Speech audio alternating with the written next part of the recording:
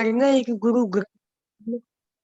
हमारे गुरु ग्रंथ साहब द्वारा ये धारणा मांगी गई है कि जो कोई भी इंसान है उसकी मौत कर्म के प्रभाव से होती है।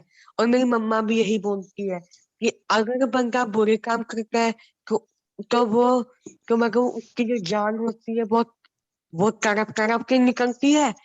और जो शुभ कर्म करता है उसकी मौत बड़े आराम से हो जाती है। तो सर इस बात में सच्चाई है कि कर्म के अभाव पे हमारी मौत होती है। बिल्कुल बेटा, जन्म और मृत्यु ये दोनों हमारे कर्मों के आधार पर ही होते हैं। जो अगला जन्म होता है, हाँ जी।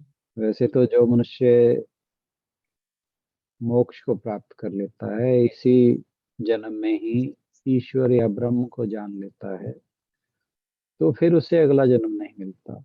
लेकिन जब तक मनुष्य अपने कर्मों में फंसा रहता है तब तक वो अच्छे कर्म करेगा तो उसे अच्छा जीवन मिलेगा, अगला और जीवन, वो उसकी करता है मौत भी। भी अच्छी होगी। और मेरी आवाज सुन रही है ना बेटे? हाँ जी अंकल मैं सुन रहा हूँ। हाँ। हाँ, तो जो व्यक्ति अच्छे कर्म करता है, पुण्य के कर्म करता है, तो उसे उसका पुण्य मिलता है, उसको फल उसका अच्छा मिलता है।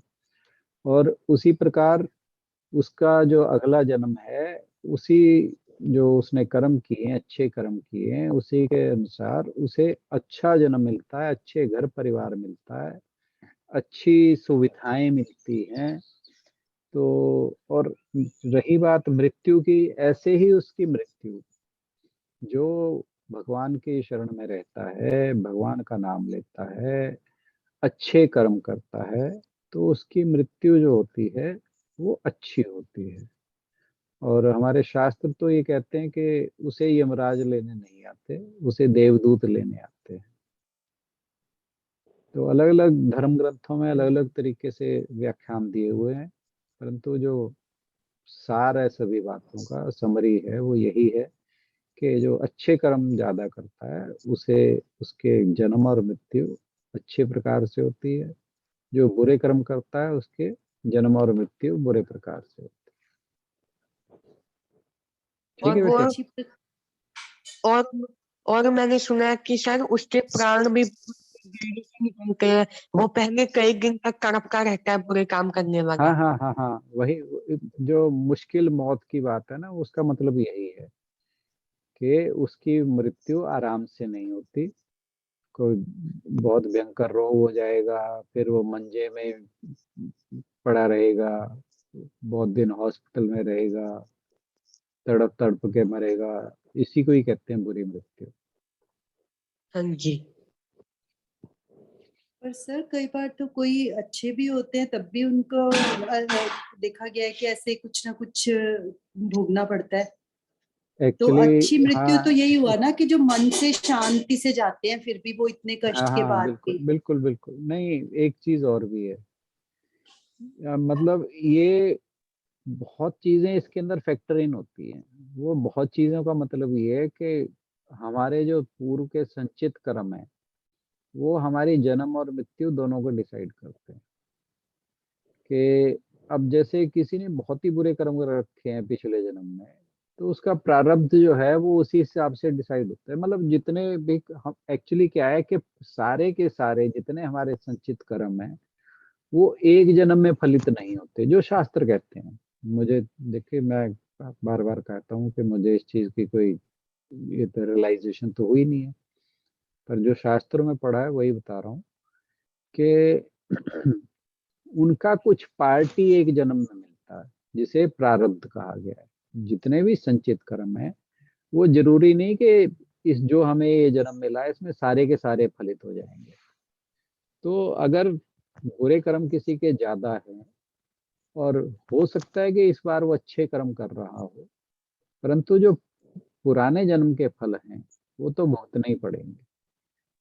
तो अगर उसकी मृत्यु बुरी हो रही है तो वो भी किसी पुराने कर्म की वजह से हो सकता है कि जो उसका प्रारब्ध है वो उसमें पुराने कर्मों का कुछ इस तरह का फल हो जो उसे बुरी मृत्यु की वजह से भोगना पड़ रहा हो, क्योंकि जो इस जन्म के फल हैं हो सकता है वो अभी फलित ना हुए हों, हो सकता है वो आने वाले जन्म में फलित हो। तो इसलिए इस बारे में कुछ ये नहीं है कि भी अगर इस जन्म में पूरे में ही अच्छे कर्म कर रहा है और फिर भी उसकी मृत्यु गलत हो रही है, खराब ढंग से हो रही है, तो उसमें पूर्व जन्मों का लेखा जोखा भी रहता है।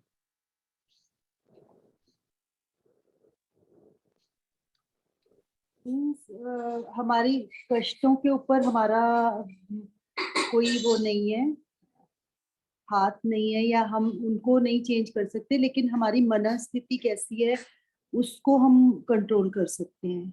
यही हुआ ना? बिल्कुल, जो हमारे सर्कमस्टेंसेस है उन्हें नहीं चेंज कर सकते। सर्कमस्टेंसेस तो हमें जो हमारे संचित कर्म है उनके हिसाब से ही आएंगे, लेकिन जो प्रेजेंट स्टेट ऑफ माइंड है वो हमारे हाथ में है।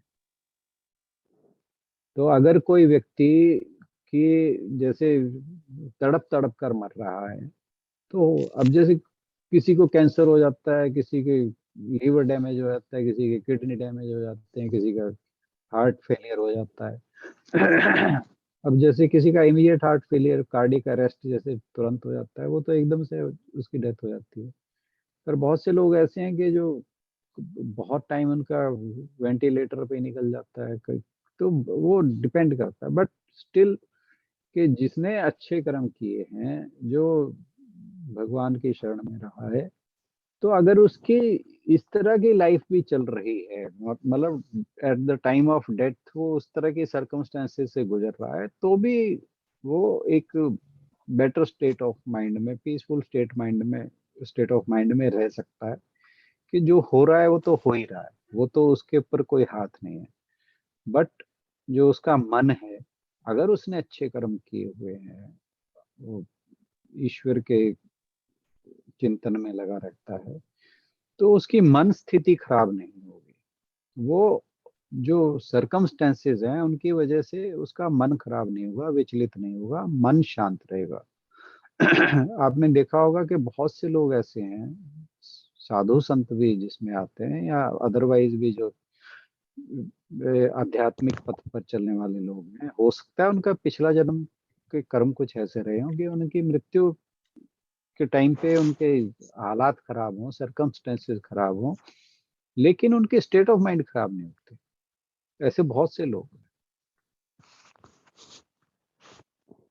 जैसे वो एक कहानी थी कि एक बुजुर्ग थे, वो उनका बेड पे ही मलमूत्र निकलता था, और परंतु वो भगवान के बहुत बड़े भक्त थे। तो ये कहानी मैं 2-3 बार सुना चुका हूँ इस ग्रुप पे। तो जब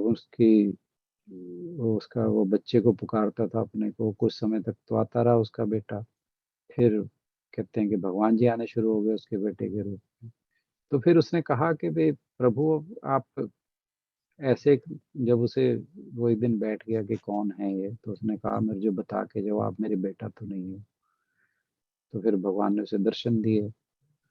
तो फिर उसने कहा कि जो आप मेरे ये मलमूत्र की सफाई करते हो, इससे अच्छा तो ये है कि आप मेरा ये जो जीवन है ये समाप्त करके मुझे मुक्त कर दो। तो भगवान ने कहा कि ये फल तो तुझे भोगने ही पड़ेंगे, अगर इस जन्म में नहीं भोगेगा तो फिर अगले भोगेगा। तो अब तो मैं तेरे ये जो भोग हैं उन्हें कटवा रहा हूँ।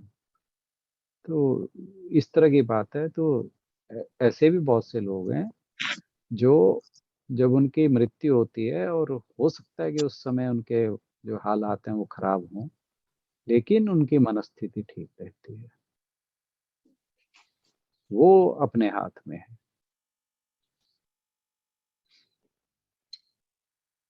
थैंक यू सर, और थैंक यू अंश चलिए। जी।